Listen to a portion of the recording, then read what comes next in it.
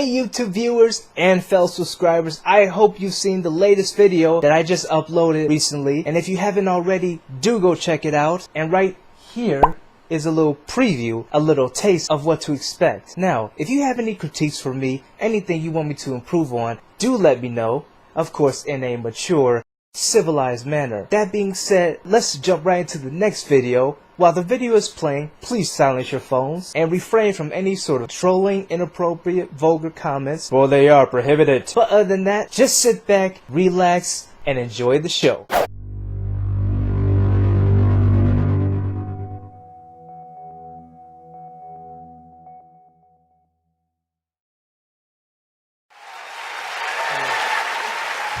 You know what the talking heads couldn't stop talking about after the last debate?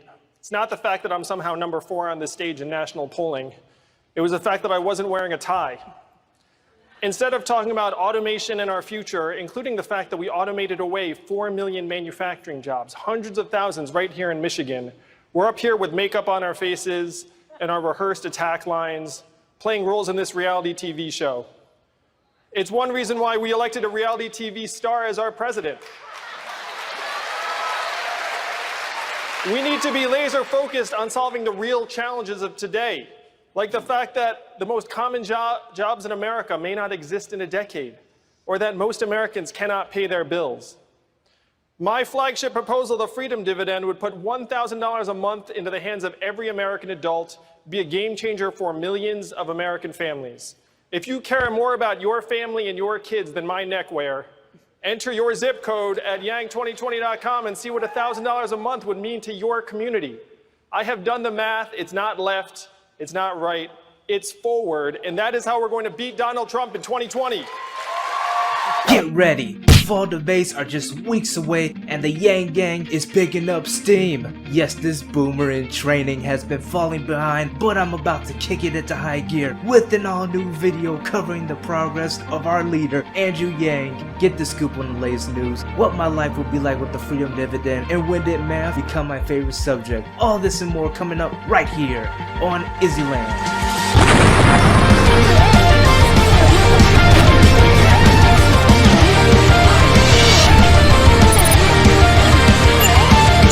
Welcome to Izzyland, it's your boy Izzy. I am back with another awesome video. I want to discuss more so about Andrew Yang. Hey, Yang Gang, get that claw ready. Now, specifically, I wanted to talk more so about why I joined the Yang Gang in the first place. Coming out is the Houston debates on September 12th, 13th, around there. Newscasters from ABC and Univision, they're going to be the moderators for the upcoming debates. Hopefully, there isn't too much Spanish speaking going on. I'm looking at you, Beto and Book. That aside, definitely pulling for Yang. I know that he's gonna go in at this debate because the second one was phenomenal. But anyways, again, like I said, I did want to zero in as to why I joined the Yang Gang.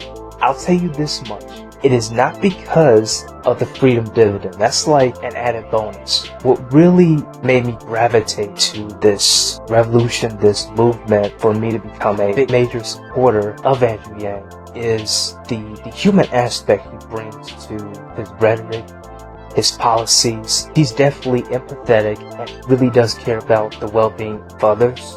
That's why I focus on. And before I knew it, I was part of the Yang Gang. I actually bought merch related to his campaign. For the first time, I haven't done that with Obama or Bernie, and I've supported them both before in the past. See, I actually made a donation, $20 donation. Here's the thing. Here's what's interesting. I was actually talking with a good friend of mine about the issues with people in Western society who lack passion and don't really help others unless it's for their own benefit or some sort of profit. My friend was mentioning about that you have other cultures who do it pretty easily and they have various if something goes wrong, stuff happens. That's how life is. But if something doesn't go as planned, they always have like a plan B, an alternative.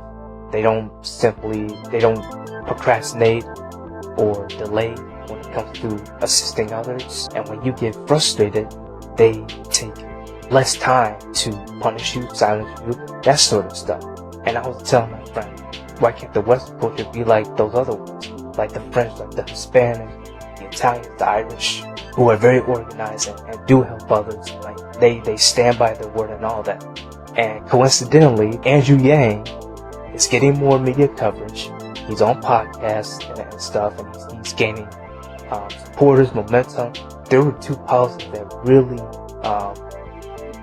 connected with me, and that was those were the ones he had about mental illness and autism, which definitely resonated with me. He wants to break the stigma, break the cycle, and bring more education, because with mental illness and autism, even though there's some awareness, there's still a heavy stigma, and there's that talk where, oh, I know what autism, I know what mental is like. My best friend is, you know the rest. And there are a lot of people who think that because they have they can access knowledge in the palm of their hands, that they know everything. A lot of people, there are people who are just egotistical and pretty ignorant, and it actually reflects in their behavior, their judgment.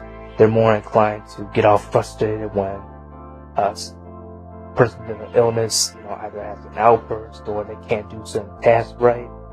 But I do want to mention personally, I am on the autistic spectrum. I also have ADHD for mental illness. First it was depression, but over time I actually developed a severe anxiety disorder, possibly PTSD or borderline personality along those lines, as well as some form of major depressive disorder, or close to it, because it has gotten so severe that when it comes to doing various tasks, even stuff like this, I can't do it too much because I'm at higher risk of collapsing, or even getting serious migraines, that sort of stuff. I'm not able to function properly. It'll take days, weeks to recover. As you all have heard, Yang does have a son that's autistic, so this is definitely a pretty personal issue. And I believe that it's just as crucial, even though it doesn't have that much media coverage, but it does lead to other issues. Every one of his, he has like 100 policies. Every one of them are interconnected. They're intertwined. He calculated the various outcomes and solutions thoroughly. He did the math, as he would say. And the freedom dividend itself, it's a foundation. It's not the solution of everything. It doesn't solve everything.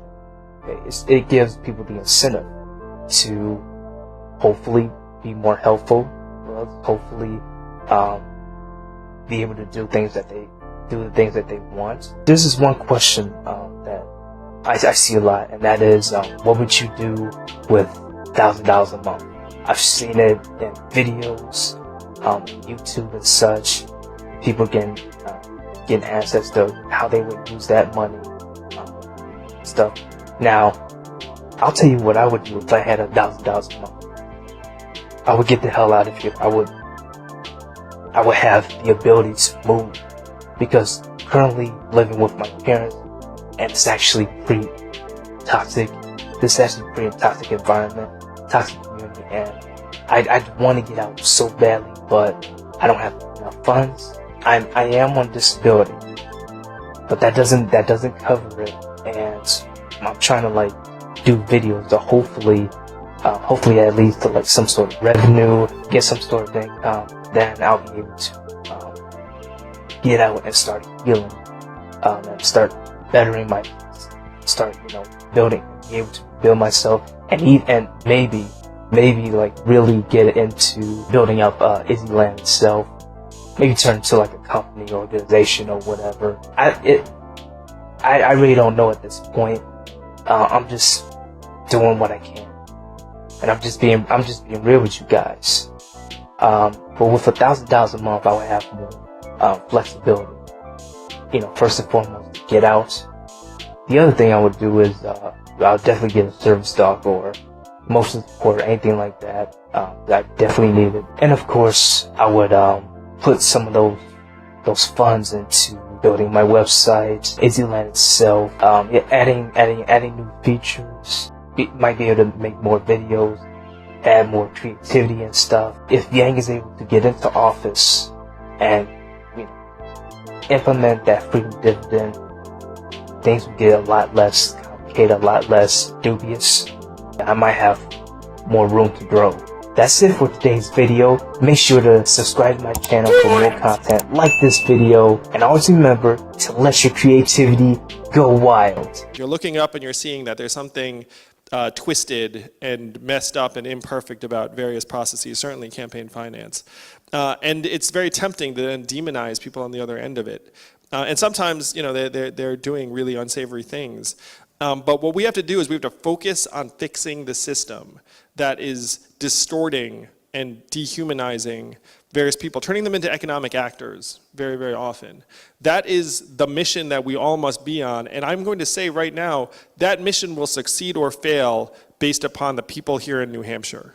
That you all have this almost sacred trust to try and safeguard the rest of the country from this broken down system that is on the verge of pushing us off this precipice, but after which there will be no coming back. And you can all feel it. Like, we're all heading in that direction. That's why I'm running for president. I'm not running for president because I fantasized about ever being president. I'm running for president because I'm an American and I'm a parent, and I can see the country we will leave to our children, and it is not something that I'm willing to accept.